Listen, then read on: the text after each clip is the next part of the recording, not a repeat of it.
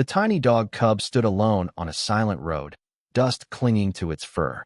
When the man stopped, expecting it to run, the cub did something impossible. It begged. What happened next revealed a secret so heartbreaking and shocking that it changed two lives forever. The road stretched endlessly through dry grass and scattered trees, untouched by traffic or time. Officer Ethan Walker had driven this route dozens of times before. Nothing ever happened here. No calls. No emergencies. Just long hours and quiet thoughts. That day felt no different. The sun burned high, and the air shimmered with heat as his patrol car rolled slowly forward. Ethan's mind wandered, about unfinished paperwork, about going home, about how silence sometimes felt heavier than noise. He was just about to turn around when something small appeared ahead. He slowed instinctively. At first, he thought it was debris blown onto the road. But then it moved. Ethan stopped the car and stepped out, the gravel crunching beneath his boots. The land felt eerily still, as if the world itself was holding its breath. He had no idea that this forgotten road, on this ordinary shift, was about to confront him with a moment he would never forget. The dog cub was tiny, too tiny to be alone out here. Its golden fur was matted with dust, ribs faintly visible beneath its skin. It trembled, not from fear alone, but from exhaustion and hunger. Ethan took a cautious step forward. Most animals bolted at the sight of a uniform. This one didn't.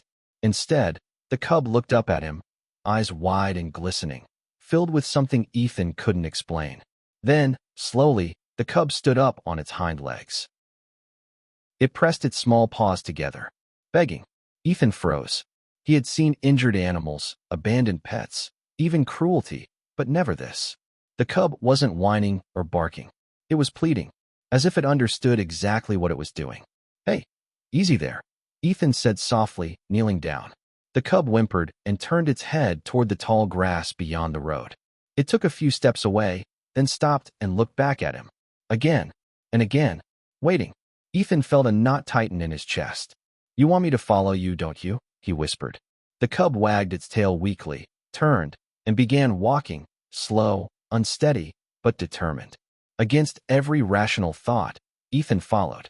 The cub led Ethan off the road and into the grass, where the air felt heavier and the ground uneven. Sharp thorns tugged at his pant legs as insects buzzed around them. With every step, Ethan felt a growing sense of dread. Something was wrong. The cub kept moving, stopping only to make sure he was still there. Its small body shook with effort, yet it never hesitated. Ethan noticed a strange smell in the air, faint, but unmistakable. Rot. His heart began to pound.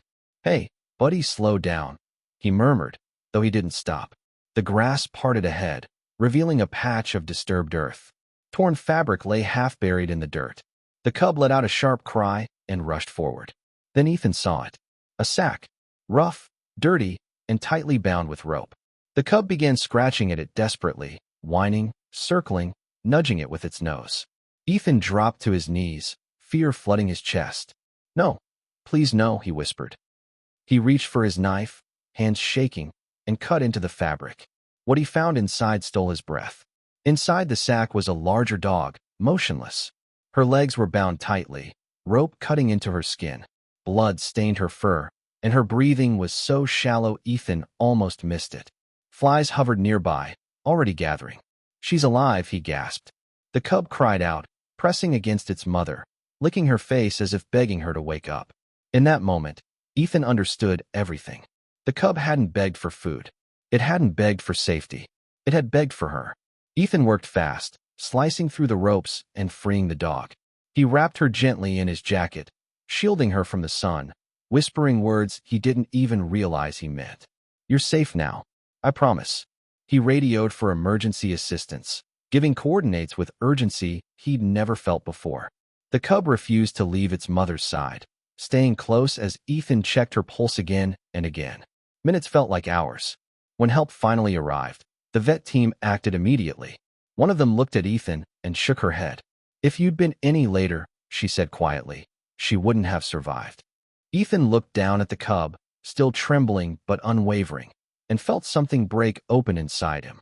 Weeks later, the shelter was filled with light and quiet hope.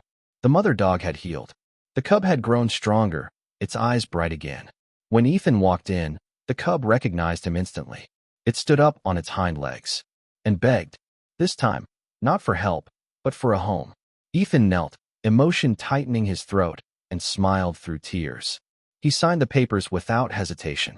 That day, he didn't just rescue two dogs. He learned that courage doesn't always roar. Sometimes, it stands small and trembling on a lonely road and begs a stranger to care. And sometimes, answering that plea changes everything.